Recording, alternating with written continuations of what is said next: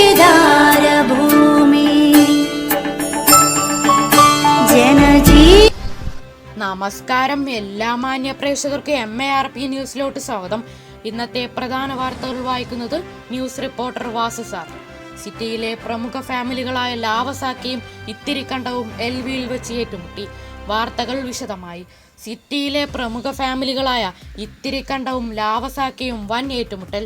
സിറ്റിയിൽ വെച്ച് നടന്ന വാക്ക് തർക്കം പിന്നീട് ഒരു യുദ്ധത്തിലേക്ക് തന്നെ നയിച്ചു.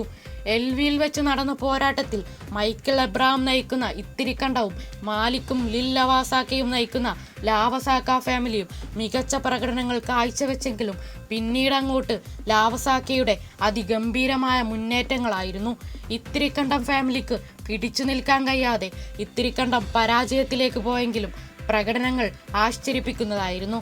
കിടിലം മുന്നേറ്റങ്ങളുമായി ഇത്തിരിക്കണ്ടത്തെ അടിച്ചിട്ട് വിജയം കരസ്ഥമാക്കി മാലിക്കും ലിൽ ലവാസാക്കയും നയിക്കുന്ന ലാവസാക്ക ഫാമിലി.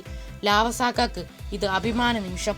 ഈ അവസരത്തിൽ ഇരു ഫാമിലികളുടെയും ലീഡർ നമ്മോടൊപ്പം ചേരുന്നു. നാട്ടുകാരോട് 2 വാക്കുകൾ സംസാരിക്കാൻ ആദ്യമായി ഇത്തിരിക്കണ്ടത്തിന്റെ നേതാവ് മൈക്കിൾ എബ്രഹാം ചേരുന്നു. മൈക്കിൾ, ഇന്ന് നടന്ന ഏറ്റുമുട്ടലിൽ ഇത്തിരിക്കണ്ടം ഒരു പരാജയത്തിലേക്കാണ് നീങ്ങിയിരിക്കുന്നത്. എന്താണ് ഈ അവസരത്തിൽ പറയാനുള്ളത്? ഇത്തിരിക്കണ്ടം തിരിച്ചു വരുമോ? വാസു ബ്രോ, ഇപ്പം എന്താ പറയാ, ഇപ്പോഴത്തെ വാറിന്റെ കാര്യം എന്ന് പറഞ്ഞു കഴിഞ്ഞാല് മെയിൻലി പറയുകയാണെന്നുണ്ടെങ്കിൽ ഇന്ന് നമ്മൾ പ്രതീക്ഷിക്കാതെ കിട്ടിയൊരു അടിയാണ്. സോ പ്രതീക്ഷിക്കാതെ വന്നൊരു വാറാണ്. നമ്മളൊന്നും കണക്കൂട്ടിയത് അല്ലെങ്കിൽ നമ്മൾ എന്തോന്ന് ചെയ്യേണ്ടതെന്ന് ഒരു പിടുത്തവും ഇല്ലാതെ കളിച്ചൊരു വാറാണിത്. അപ്പം നമ്മൾ അതിൻ്റെതായ രീതിയിൽ മാത്രമേ നമുക്ക് കളിക്കാൻ പറ്റുള്ളൂ. അത്രയും കോൺസെൻട്രേഷൻ നമുക്ക് കൊടുക്കാൻ പറ്റിയില്ല. മെമ്പേഴ്സ് ഇല്ല. അങ്ങനെ കുറെ കാര്യങ്ങൾ പെൻഡിങ് വന്നിട്ടുണ്ടായിരുന്നു.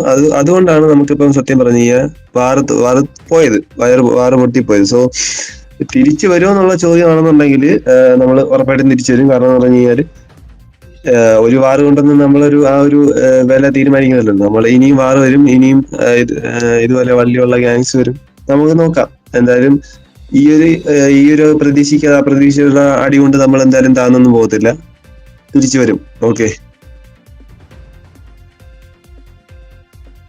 നമ്മോടൊപ്പം കുറച്ചു സമയം നാട്ടുകാർക്ക് വേണ്ടി വിശേഷങ്ങൾ അറിയിച്ചതിന് നന്ദി മൈക്കിൾ എബ്രഹാം.